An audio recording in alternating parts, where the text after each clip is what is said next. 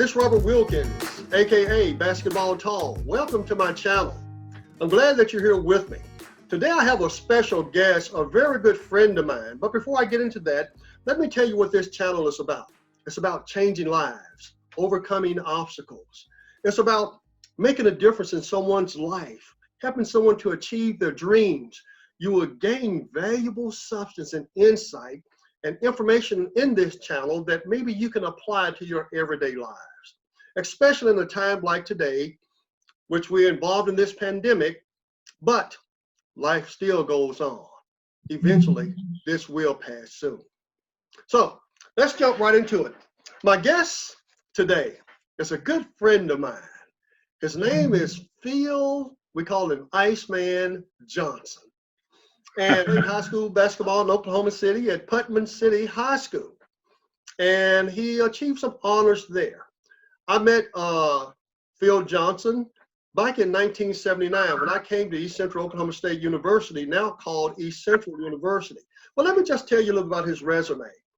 Coach Johnson, after having a magnificent career at East Central University, he became an assistant coach there at East Central.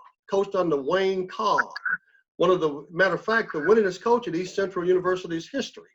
He went on from there and became a head coach at Northern Oklahoma Junior College. Then from there in 87 to 1990, he was the head coach at Seminole Junior College. He then, after that, from 90 to 91, was an assistant coach at Tulsa University under head coach J.D. Barnett. From there, he traveled down to the University of New Orleans as assistant coach under head coach Tim Floyd. And from there, he went to Arizona from 93 to 98 as a head assistant for the University of Arizona under legendary coach Lou Olson.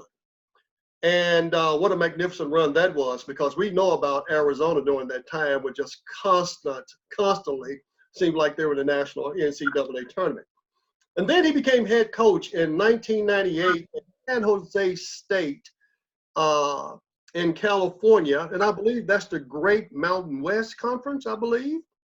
They are at the time. Back then it was the WAC, Western Athletic Conference. Now it's the Mountain West Conference that they are in. But one of the greatest things of his greatest achievements, and this is someone, guys, that has reached the mountaintop of his profession. Besides being a Division I coach at San Jose State, he went there from there and had a good run as an assistant coach with the Chicago Bulls. How many of us, of course, any athlete on athletic level from high school to college dreamed of playing in the NBA? Of course, he got there another way as a coach. He reached the pinnacle as something that we all strive for. Then after the Bulls, he went back to San Jose State as the head coach there. And then in 2000 to 2010, he was the head assistant at USC, University of Southern Cal. What an honor that was. Then, of course, from there, from 2010 to 2017, he was assistant at University of Texas El Paso, UTEP. And then, of course, he became head coach in 2017, 2018 as the head coach at UTEP. Currently, right now, I believe he's retired. So welcome, my friend. Good to see you. Okay, that's my status right now, retired. Well, I can tell you right now, we have on this line who will be viewing this channel, we have a lot of kids. Right. And the information that you can share with us, student athletes who has aspirations to at least get to the next level to try to make it to the college ranks. Guys, this is the guy that's going to give you this information. So, Coach, let me ask you this, and we'll get straight to it. It's been said that success leaves clues. Who influenced you that took you in the direction that you went as far as your profession? Well, Robert, I would start with my high school coach, and his name was Jim Koch at Putnam City, and he was an outstanding coach. He's no longer with us, but he had a bunch of legendary players like Alvin Adams, who went on to be NBA Rookie of the Year.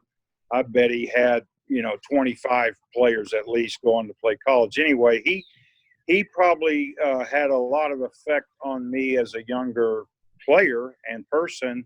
And I remember being at East Central, he would send me notes occasionally, and I always really appreciated that. But well, let me tell you one quick story about him and what he did and how it helped me.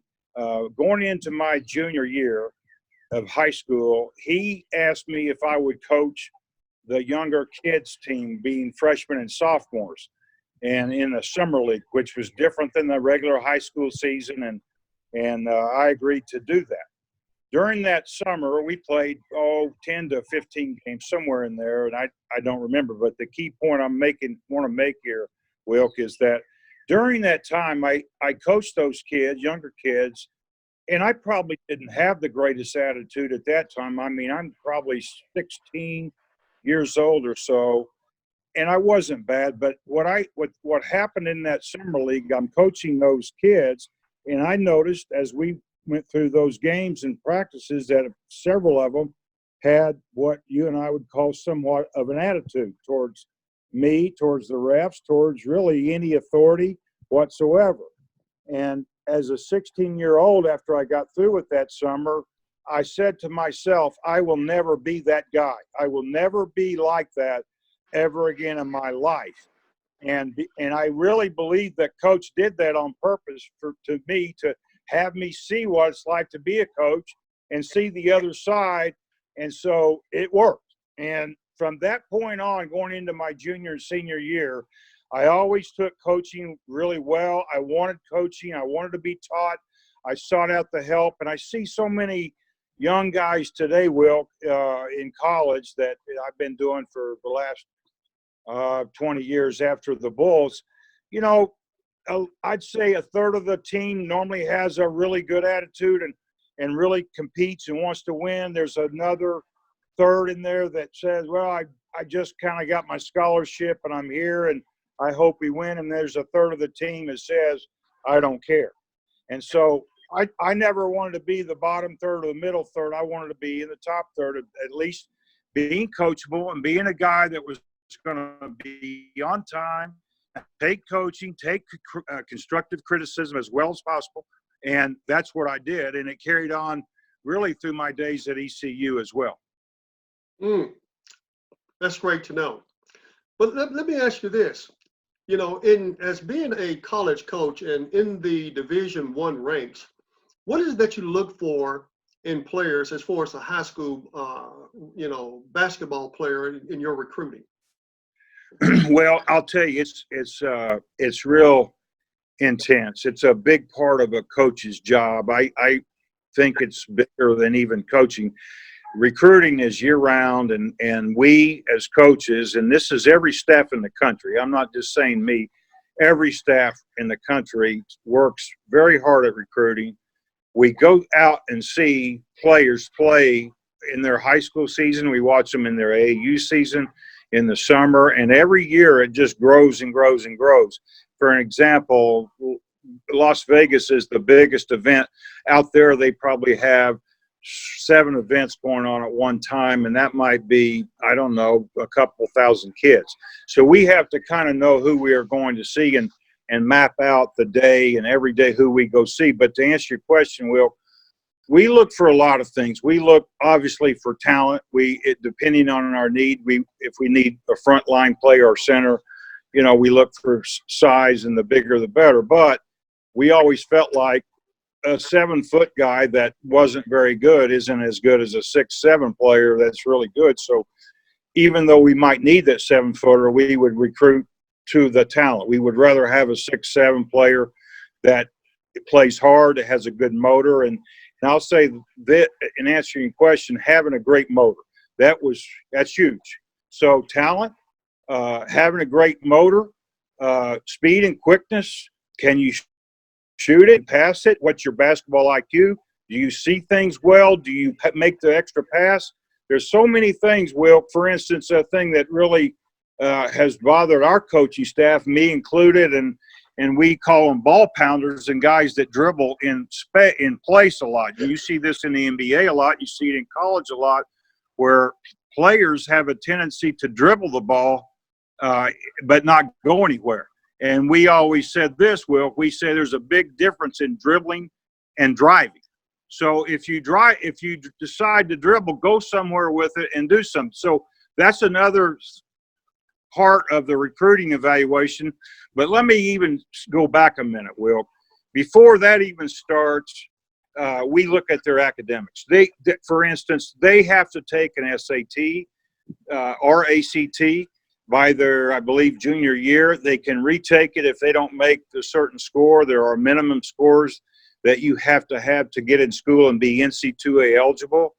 They have to maintain a certain grade point average. And the NCAA about 10 years ago made it even tougher, where the grade point that you have has to be in core classes, meaning math, algebra, sciences, languages, algebra, that kind of thing. So you're not going to make it taking easy classes and thinking I can get my grade point average up. So the NCAA is requiring that you go to school, and most high schools nowadays have counselors that can help advise you. But my experience has been, Wilk, that a lot of high schools, many of which are either in the inner city or rural high schools, aren't equipped with counselors that can give a young kid the necessary advice that they need academically. So we as coaches will tell that young player and their family, okay, we have your transcript. Here's what needs to happen before you're even admissible to our university. So that all the things I mentioned to you athletically are important, but you can't even get there and even approach those things until the academics are in order. Oh, now you mentioned something about getting the transcripts. Right. What about any other methods? Do you guys investigate the players before you consider investing tens of thousands of dollars in them? Absolutely. Well, and I'll tell you this, having been in the NBA, and you mentioned tens of thousands of dollars for universities, that's absolutely true. In the NBA, it becomes millions and millions. So, before you're going to throw a lot of money and players get drafted, or even as free agents, there's a tremendous amount of background work. In fact, my brother's a scout for the Los Angeles Clippers. A big part of his job, he calls it intel, where they call the colleges and they'll talk to trainers, they'll talk to academic people, they'll talk to coaches, they'll talk to opposing coaches. They'll come to a game and watch you warm up and see how energetic you are in the warm-ups. They'll look at you and see what your body language is like. They'll look at you in the huddle during a timeout and see if you're paying attention to the coach. They'll watch you interact with your teammates. Then the big questions they always ask is, did they come early to practice? Did they stay late? So yes, we did that as college coaches, and we would ask that of the high school coach. Did he come early? Did he stay late? What kind of motor does he have? What kind of coachability does he have? Does he listen? Is he eager to learn? We do check on his academics, and that's a separate issue. When you talk, many times you talk to the high school counselor or to the family. We get the transcripts as you mentioned, but yes, there's a tremendous amount of background checking. The higher you go, the more, I would say. At Arizona, obviously, we were recruiting the very best players in the country, and we had to go up against Duke and UCLA and people like that. So, but even then, and I know Lute Olson was big on this, that if you weren't of high character, you weren't on our board anymore. If you had done anything to even be close in terms of some type of behavior that wasn't good for the team or would be an embarrassment to the university, then you were not going to be looked at. So other schools may not have those high standards. Maybe they just want to bring a guy that has talent, but pretty much nowadays you have to have good character, high academics, and ability to play on a really high level. Oh, that is really awesome. Really good to know. Wow, that is some real information to take in. With all the kids around the country today and around the world, just knowing this can really get them prepared for, the future of athletics. Now, and speaking of athletics, because now, we're under this quarantine and the country's starting to open back up again, And a lot of people believe sports is in jeopardy right now because of the social distancing and so forth. What are your thoughts about that? Well, I believe sports will open back up at some point on every level. I think the schools will open back up, the high schools, colleges. I think we could even see a partial NBA season this year. I don't know about that. There's talk of that. If they open back up, there would be no fans, but they could do it and just go right to the playoffs as they stand now. And that could happen in the next month or so, because we know the NBA finals are generally held in June. So there's a chance that could happen. So I'm hopeful that sports will be opened back up soon. I'm sure a lot of people out there watching this are hopeful as fans, parents that have their kids involved, honestly, and that they're eager to get back out playing. But let me just say this too, Will. The thought that comes into my head that that I really believe is important for your listeners, and that is, I was talking to my brother the other day, and he is as I mentioned, a scout with the Los Angeles Clippers, and he does so much intel. Since they're not playing, to keep the players engaged now, they do these type of things, right, that you and I are doing, these Zoom things or Skype meetings with famous people, actors. They've had Mike Tyson on. They've had, I think Chris Rock is coming this week to speak to their team, and that's just to keep their team engaged. But the one thing that he brought up to me, Wilk, was that they had talked to Russell Wilson from the Seahawks the other day. And he made the comment, and they were asked, the general manager of the Clippers asked him, what advice would you give our players right now during this pandemic when they can't go play or really even practice in our gym? But there's always places to go work out. There, in basketball, that's the beauty of basketball. You just need a ball and a basket. And even though a lot of gyms are closed and high schools are closed, there's outdoor baskets. And even if that's not available, there's a driveway and ability to take the ball and go work on your handling. But getting back to Russell Wilson, his message was this: during this pandemic, if you are working out once a day and you are lifting weights or you're getting 50 shots up every day, multiply everything you're doing by 5. And then take it to a higher level. That's what he was doing. And he said, I have to be a leader, and that's what I'm telling my team during these times of this pandemic. And that was his message to the Clippers. And I would say this to a serious basketball player or of any sport, that you have opportunity now during this dead time, during this pandemic. Don't view it as a vacation.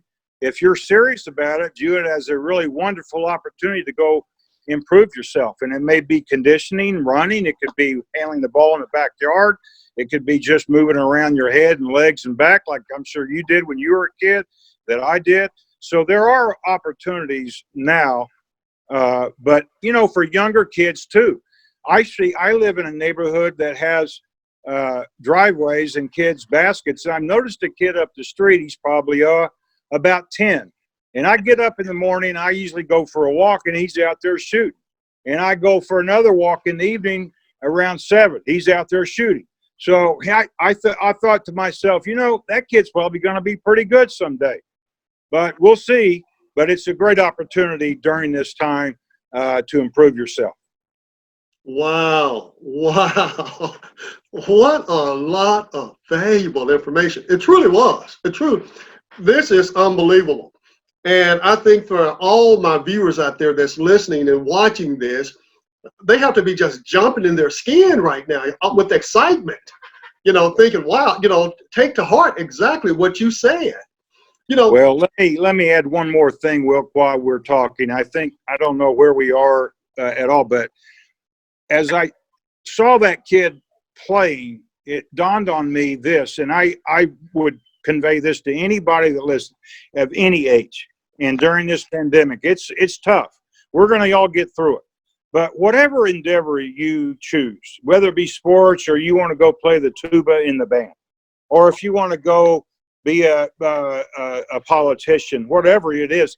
Have a burning desire to go do that. And I can remember as a young coach that I did. That's what drove me. Now, a lot of people are driven by different things, maybe fear, maybe a desire to go make a lot of money, maybe a desire to go be on TV, but I don't think that's really good. I think what's good is that you have a burning desire to do whatever it is that you choose to do, and don't do it for something that's off in the distance, that I'm going to be famous or I'll make a lot of money. Do it for the love of that game or the sport, or your love of speaking, your love of being a father, whatever that may be, but have a burning desire about whatever it is you choose to do. And I think that has to be there before you even think about being successful down the road. Wow. You're just killing me with all this good content. You know. Well, I just trying to speak from the heart. I got no notes. I got nothing. I'm just telling you, as after 40 years of experience of coaching, I've seen a lot. You have too, Wilk, and what you have done, and you've done a tremendous service to people in Carter County and other counties surrounding that area. And I've always watched you from afar, and I really, really mean that. And you've been a tremendous friend to me. So I'm really, really glad I'm able to do this and watch you put this together. Now that you're retired, Wilk, is really doesn't surprise me that you're involved in doing something to help people. And it's really a great idea. Thank you. Thank you.